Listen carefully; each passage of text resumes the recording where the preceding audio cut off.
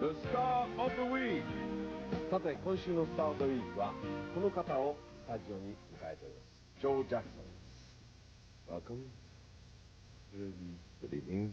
And this is your first visit, right? That's right, yeah. How do you like it? So far all I see is a hotel. Oh, yeah. And it's exactly the same as most of the hotels I've stayed in all over the world. Okay, could you tell our audience about your musical background, or tell us about your teenage days, or what kind of music were you listening, or what kind of... I have a very bad memory, actually. Oh, yeah. But I suppose at the age of about 14 or 15, I realized that music was the only thing I was good at. So just out of sheer desperation, I decided that that was what I was going to do. Yeah. And, one day, people would actually listen to it. And your formal debut is what, 1979 with that Look Sharp album? 78. 78. That was your debut, right? Yeah. Were you playing in clubs or any other places? Before that? Yeah. Oh, yeah, all over the place. I did a lot of different things. I played piano in the Playboy Club. I used to play piano in a Greek restaurant. Yeah. I backed all kinds of horrible cabaret artists. Yeah. Played in bands doing top 40 material. Played in bands doing original material that never got anywhere. Played piano in pubs. Yeah. So on and so on. Were you writing your own materials then? Yeah, always, yeah. But, I haven't always had an audience for it. And that's gradually happened. Whenever you came up with an album or record effort, I should say record effort, because some of the records are, a single box set, right? I mean, you come up with some different idea, either in the shape or form of record. Do you keep on changing? Yeah. I think it's very important to take risks and try different things. Otherwise, you just become like a banker or an accountant or something, instead of a musician. I think too many people in this business are concerned with security, which is not the sort of thing that a musician should be concerned with.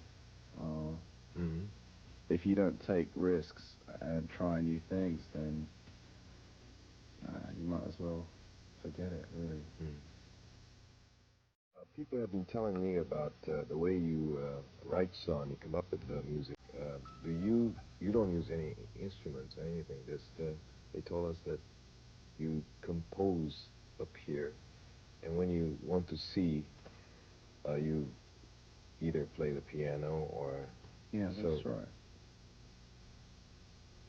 Is that... I mean, this is pretty hard for me. I mean, how do you do that?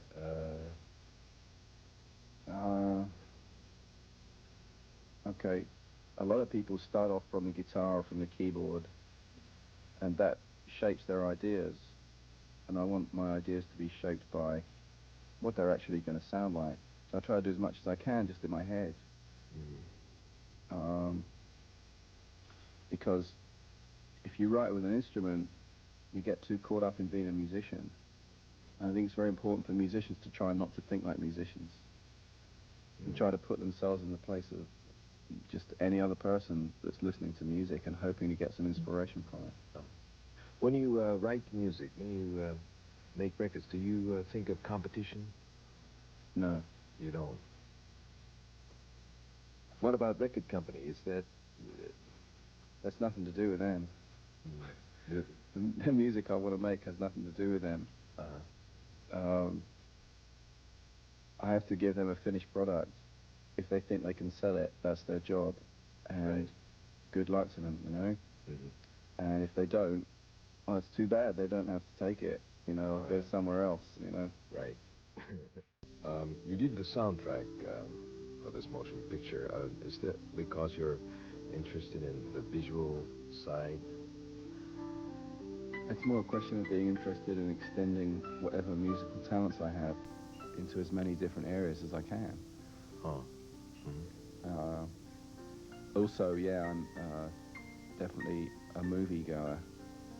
I'm very interested in the cinema. Yeah. But the main reason I did it is just because I was asked to.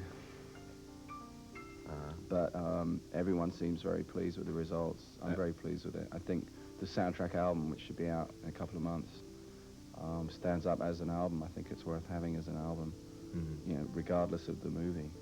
Yeah. Okay, thanks. Thank you, Joe. Thank you for dropping by. All right. Thank you.